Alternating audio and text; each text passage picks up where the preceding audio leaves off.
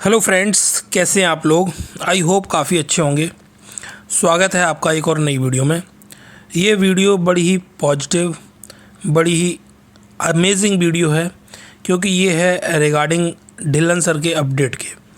Dhillon sir ने एक back office में बड़ा ही अमेजिंग सा माइंडसेट इज़ एवरीथिंग करके एक पोस्ट डाला था, जिसमें उन्होंने बोला था thought of sharing and birth reading है।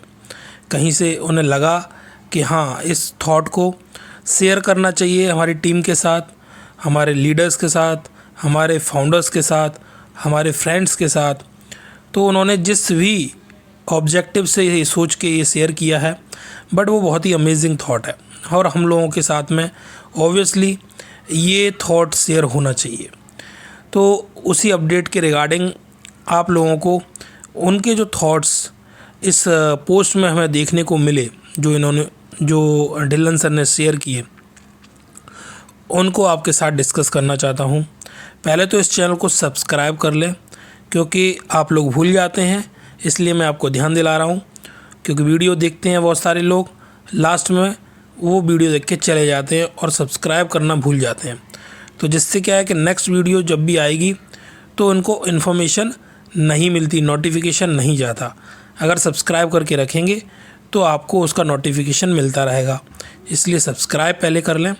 फिर हम आगे बात करते हैं जो उन्होंने थॉट शेयर किया है उसके regarding.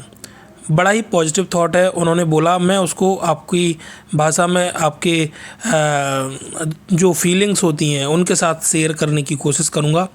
Having the right mind set is critical to achieving success in any aspect of life.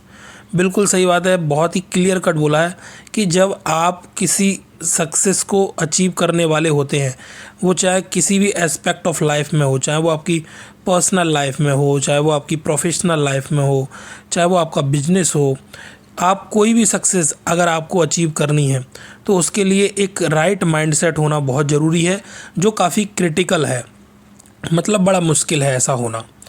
हम एग्ज़ाम्पल एक ऑन पैसिव का ही नहीं, उन्होंने जनरल लाइफ में एक एग्ज़ाम्पल दिया है, बिल्कुल सही बोला है।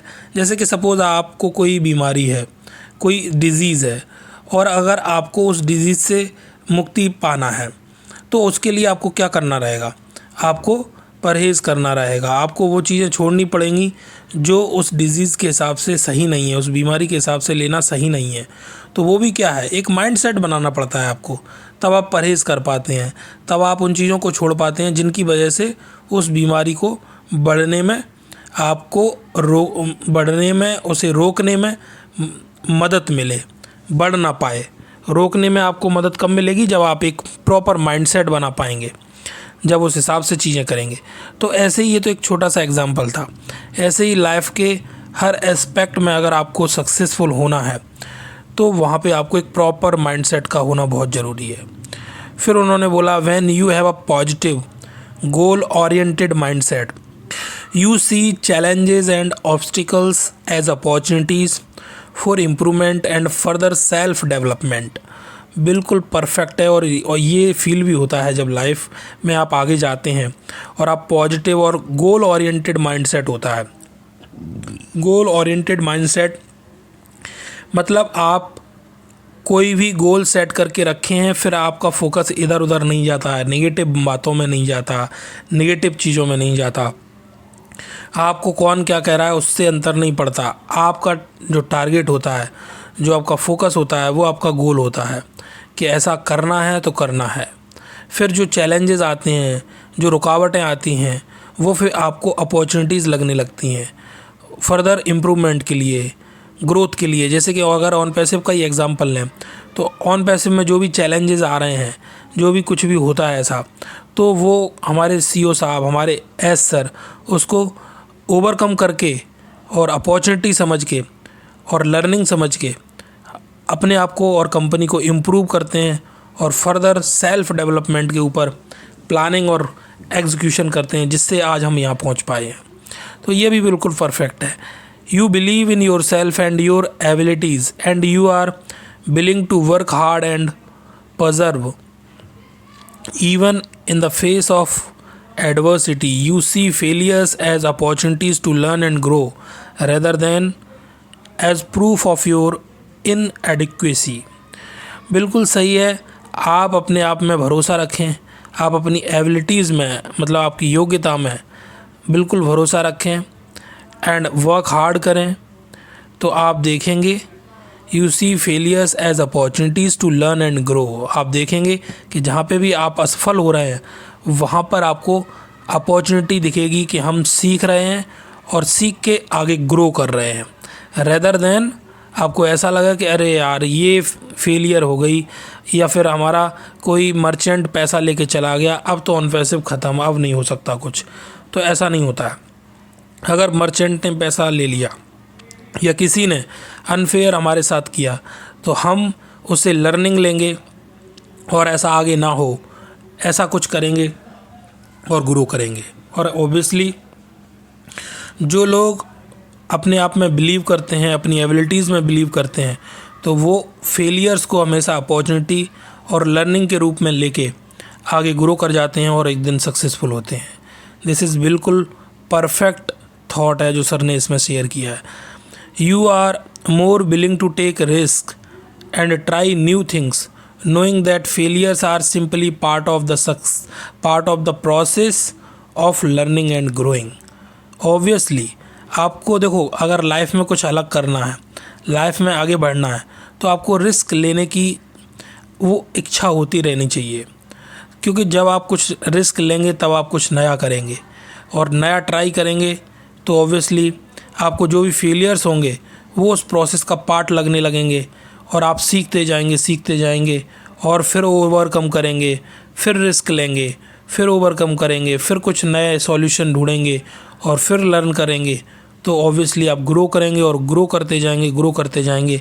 एक दिन जो आपने सोचा है फिर वो सक्सेस आपको मिलेगी। तो mindset not only matters, it's everything physical and mental. तो माइंडसेट बहुत ही इम्पॉर्टेंट है, चाहे वो फिज़िकल लेवल की बात हो चाहे वो मेंटल लेवल की। It's the vehicle that keeps you focused and motivated and allows you to overcome any obstacles that may arise on your journey towards your goals। बिल्कुल सही बोला है, माइंडसेट बहुत इम्पॉर्टेंट है। और अगर आप माइंडसेट पॉजिटिव रखते हैं, आपका माइंडसेट ही सब कुछ है, फिर आपके सामने जो भी ऑब्स्टिकल्स आएंगे वो उनको आप ओवरकम करते चले जाते हैं और आपका जो भी गोल होता है वो जर्नी आप सक्सेसफुली अचीव करते हैं और कंप्लीट करते हैं। तो guys, a quitter never wins and a winner never quits. बिल्कुल परफेक्ट सेइंग है ये, और आई होप सो कि ये अपडेट काफ़ी पॉजिटिव है और आप लोगों को काफ़ी क्लैरिटी देगा। जो ढिल्लर सर ने बोला है हमें इस चीज़ का ध्यान रखना है। और ये एक चीज़ तो है, इन अपडेट्स में ना एक सक्सेसफुल जर्नी कैसे अचीव होती है वो फील है, वो टच है।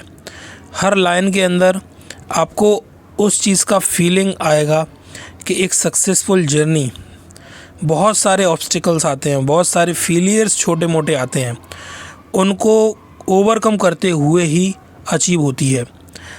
ऐसे नहीं होती है जैसे आपने सोचा कि एक कंपनी बनाएंगे बहुत बड़ी, और वो बनाएंगे और बनाते ही सीधे से कोई प्रॉब्लम नहीं आएगी और सक्सेसफुल हो जाएंगे, ऑल ओवर वर्ल्ड में फेमस हो जाएंगे, बहुत सारा पैसा कमाएंगे। ऐसा नहीं होता है। आप जब कोई भी कंपनी और स्पेशली ऑन पैसिव काइंड जब कोई ऐसा बड़ा प्रोजेक्ट बनाते हैं तो ऑब्वियसली छोटे मोटे फेलियर्स, छोटे मोटे ऑब्स्टिकल्स, ये बहुत सारे हर्डल्स आएंगे, ये सबको पता होता है। बट वो आपको कहीं ना कहीं लर्निंग देंगे, वो आपको आप ओवरकम करने रहेंगे, वो उनके सॉल्यूशंस आपको ढूंढने रहेंगे, उनको सॉर्ट आउट करते करते आप एक दिन सक्सेसफुल हो जाएंगे अगर आप कंसिस्टेंसी के साथ आगे बढ़ते रहेंगे। वो आप कब बढ़ पाएंगे? जब आपका एक प्रॉपर माइंडसेट होगा। जो माइंडसेट की बात की जा रही है इस अपडेट में, इस पोस्ट में, वो बहुत ज़्यादा इम्पॉर्टेंट है, क्योंकि जहाँ माइंडसेट आपका प्रॉपर नहीं होगा, क्लियर नहीं होगा, तो फिर आप कुछ दूरी तक जाएंगे, उसके बाद हो सकता है फेलियर से, ऑब्स्टिकल से आप घबरा जाएंगे, आपको लगेगा ऐसा नहीं हो सकता, ये तो बहुत मुश्किल है, ये तो बहुत कठिन है। और उस मोमेंट में फिर आपको क्या करना रहता है कि चीज़ें छोड़नी पड़ती हैं, गिव अप करनी पड़ती हैं। और जब गिव अप कर दोगे तो ऑब्वियसली फिर वो चीज़ नहीं हो पाएगी जो आपने सोची है। तो इस अपडेट को बहुत ही इम्पोर्टेंट अपडेट की तरह समझें और आई होप सो कि मैंने आप लोगों को ट्रांसलेट करके बताया है एग्जैक्टली। मैंने एक्चुअली इस अपडेट को, इस पोस्ट को पढ़ के आपको लाइव ट्रांसलेट करके बताया है, क्योंकि इसको हम पढ़ सकते थे, क्योंकि जनरली बैक ऑफिस में एज इट इज़ चीज़ें जो पोस्ट होती हैं वो हम लोग एज इट इज़ तो नहीं बाहर शेयर करते, बट एक ये कॉपीड है और कहीं से शेयर किया है, थॉट अच्छा लगा डिलन सर ने, तो एटलीस्ट कॉपीड ऑलरेडी है तो हम लोग उसको शेयर कर सकते हैं। ऐसे इस पॉइंट ऑफ व्यू से मैंने आप लोगों को इसकी एक्चुअली लर्निंग्स आप तक पहुँचें, इसकी जो फीलिंग्स हैं वो शेयरिंग्स हैं वो आप तक पहुँचें, इस पॉइंट ऑफ व्यू से मैंने आपको ट्रांसलेट करके बताया। आई होप सो कि आपको समझ में आया होगा, अच्छा लगा होगा।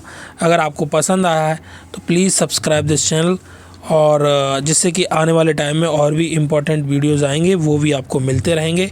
फिर मिलते हैं एक और नई वीडियो में कुछ नई इन्फॉर्मेशन के साथ, तब तक ध्यान रखें। Thank you very much guys.